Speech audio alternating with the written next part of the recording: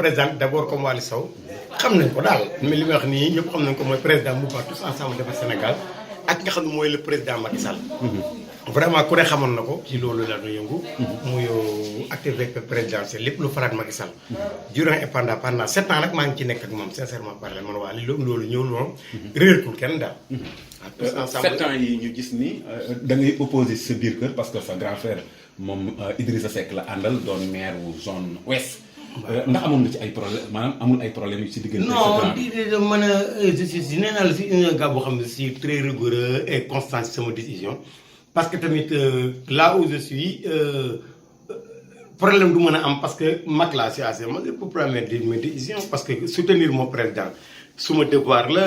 te moom vraiment tamit góob nii daal man daal y a une démocratie chez moi dans le pays. tey mu mel ni am nga loo xam ne durant bi nga 7 ans yi nga ànd ak Macky Sall. nga xëy benn bis am lu la naqari. waaw c'est vrai parce que tamit aussi vraiment ku xam Waly Sow xam ni avant Macky Sall di accéder à la magistrature suprême.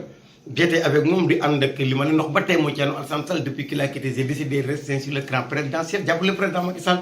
et puis ak effort bu ma mën a def nag sincèrement parler sans attendre je n'ai jamais eu apport de benn leader boo xam ne am naa ko pour mu soutenir ma tey su ma demee ba taxaw Waly Sow ñu gis durant indépendance muy sur le président Macky Sall aw ma poste aw ma ndomb tànk teewul maa ngi ciy dee su ma demee ba tey élection toll nii vraiment nga gis ma tey ku mus a gis sama interview yëpp mus ñu gis Waly Sow en morceau rouge morceau bi su ma ko tekkee si nit am na lu mu signifié ci les intellectuels. lan moo waral morceau rouge bi. morceau parce que je ne suis pas du tout content de ce qui est en train de se passer à Thiès. parce que non j'ai oublié de dire que ni commune Thiès aussi ma nekk bi ñu teggee le coordinateur comme Demba Diouf mooy le directeur de cabinet du ministre des forces armées Augustin Tine moo ko nuyu de passage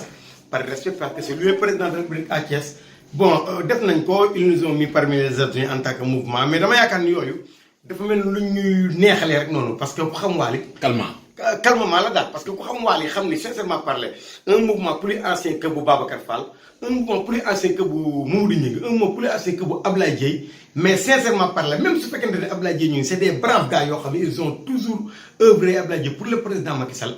ñooñu tey war nañoo jox Waly Sow gëdd boo xam ne cër boo xam ne mooy kii kat sincèrement c'est un jeune. qui a toujours été disponible ci côté président Macky Sall am Pastef war nañoo jël maanaam delloo la ko maanaam bañ laa gàcceel tey nii aw ma gàcceeg taxaw devant tous les Sénégalais avant tout le monde entier parce que kii ça part fu ne. mais lan moo la naqari. li ma naqari mooy pourquoi ñu dem ba toll fii tey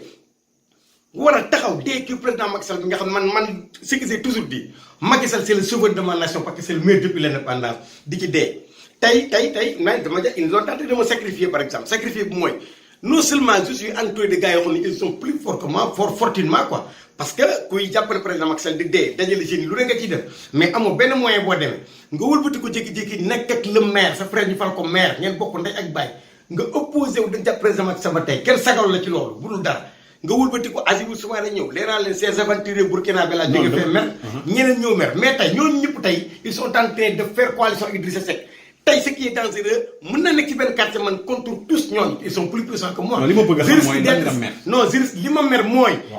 APR ils m'ont laissé en rade. sincèrement parler parce que man dama ni. ci naka mouvement baa ngi taxaw ñëpp a ngi taxaw yàgg liggéey président Macky Sall. ci naka ak conditions yi muy demee. ils sont en train de faire des lobbying yoo xam ne kenn xamul nu mu toll. comme Thiès instant bi ñi fi mer ci président Macky Sall bari na loola. mais yow lan. instant bi non li ma mer mooy manque de considération dans l'APR.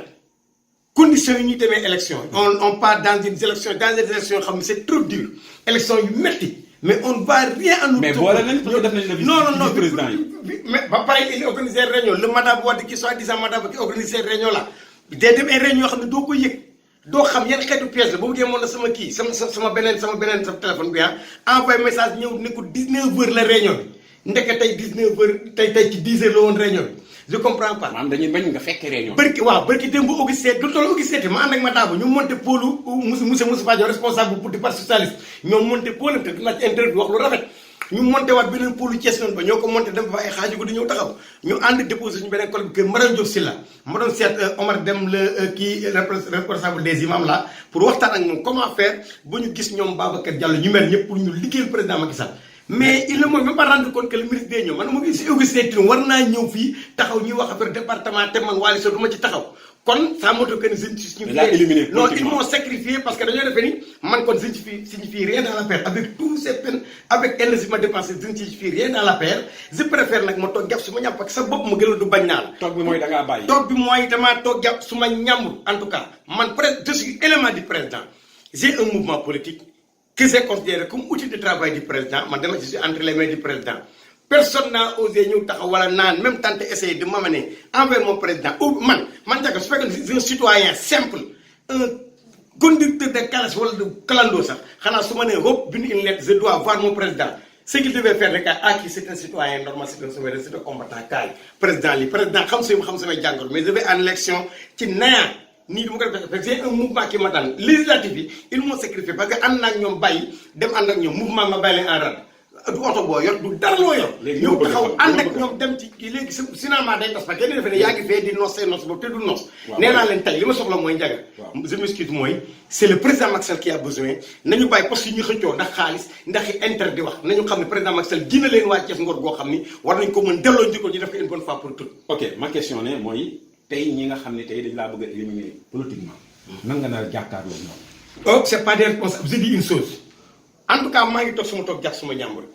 ñoom leen président Macky Sall wax barke bu ñu góoree yàgg naa leen ko wax wàññi leen meeting yi wàññi leen wax ju bari yi proximité porte à porte te yàlla may na ma ne man Waly Sow question bu am solo question bi pose ci laay ñëw mooy leen président Macky Sall sant man moom laa mën parce que barke Cheikhou Khadim Grand Thiès Cité Lamine Randoulène Somme ba guy sombel ba kanacé bi amul kër goo xam ne moom Waly su ma fa doxee dugal sama loxo ci bool ak dina mën a jógal parce que seq naa ko ñoom am na ñoom jàmm te ça mooy un patriote ëllëgu Waly ci li nga xam ne moom la ñu fal ba nga mer lan la. ah non non da ngay continuer di ànd ak ñoom wala da ngay bàyyi. en tout cas ce que j'ai à dire mooy alerte na le président Macky Sall il est trop arnaqué à te ça peut dégénérer parce que li ma gis nii man doyuma parce que ay mag ñoo ci nekk. ñenn ñoo ko arnaqué ay mag ñooy nëppal seeni wax parce que poste yi ñuy poste responsable di seen copain yor yaakaar nañ ci xaalis bu ñëw fu mu toll nii poste yi ñu ngoti ngi yëpp pour la te man Waly Sow li ma wax noonu laaj leen keroog nee na j'ai pas besoin de poste grand kan c'est un sage de la paix ne ko j'ai pas besoin de poste ma daa ko li ma bëgg mooy nag gars yi organisé wu déggoo nekk benn nekk sur le terrain liggéey le président parce que il a besoin de ça man daal li may wax mooy tous ensemble pour le président Macky Sall képp laa musa wax mais nii may wax ak yow je me retire je dégage mon responsable parce que je ne suis pas responsabilisé. ok waaw man manque de considération dans la paix gëwma ko j'ai un mouvement ñoo ngi réunion ñoo ngi toog dat ñun te yow Ndiaga yow xam nga loolu ñoom amul kenn ko xamul Waly Sow ak gis mobilisation yi nga doon di ko ci def léegi nag on est en train de faire ñu bëgg ma fekk nga jàpp ñooy arnaqué fii son nombre bari na tey fu mu toll parce que tout le monde sait ñi mu jox ndomba tànk wala ñi am ndomba tànk amatul militant parce que non ñi mu jox ndomba tànk bon xëy na amul xëy na dañoo seetaan ñi mu da ndomba tànk kenn laa ci yoo xam ne non ni muy arbitré tamit man sincèrement nangu naa ko mooy pôle bu mu ñëw bu xoolee ñu waxtaan bu juboo mu jël yóbbu mais la fay muy Abdou Mbow mais la fay xew du ko xam man loolu rek la Abdou Mbow ak Augustin Tine laa jàpp ni ñoom ñooy benn bokk yaakaar ñoom laa xam ñi ci des yàlla xam ne xaw ma leen parce que bi may dee biir APR di sonn gisuma fi woon kenn mënuma taxaw nag ngeen ñi tëb sa ko léegi tout le monde est responsable à cause des petits trucs là. est-ce que léegi ñu continuer yaakaar ni président dina gagner. non déglu ma la wax Macky Sall n'a pas d'adversaire en politique à Thiès. Macky mais nii laa wax responsable waaw loolu laa lay wax Macky il a des ennemis à Thiès. des ennemis à c'est des ennemis on négocie pas avec wax naa c'est des ennemis à combattre Macky benn adversaire la mooy Idrissa Seck il est tenté de baliser le terrain communication clip les appareils sont là en train de faire des xiiroo ngaa ci ay poste pour affaire wecc man loolu laa gëm man nag ndax loolu lii ma gis muy ñëw daal ndax loolu mën nga cee mën ngeen cee gagné élection. non mënuñu ko cee gagné déggoo man la man sama mouvement tous ensemble defar Sénégal tudd Sénégal nañu ko defar ci yar ak teggin ak déggoo proximité boobu Macky Sall wax leen nag man moom laa man te si toutefois que je suis sama bopp mu gën na lu bañ naa la en tout cas wax na limite après toog naa jàpp sama j'ai arrêté toutes mes activités concernant l'affaire 2019 pour le président Macky Sall mais jamais xeer ci président Macky Sall parce que je sais très bien faire et je vais bien faire inch'Allah rabbi man daal vraiment sant naa yàlla maa ngi nag nuyu tous les Sénégalais dañuy élection yi ma dugal sa loxo ma ci doon wax maa ngi ñaan Sénégal yi am jàmm ci barke Cheikhul Khadim jàmm rek jàmm daal la ñuy ñaan te it yàlla na yàlla nangu ñaan yi jërë ngeen jëf Sénégal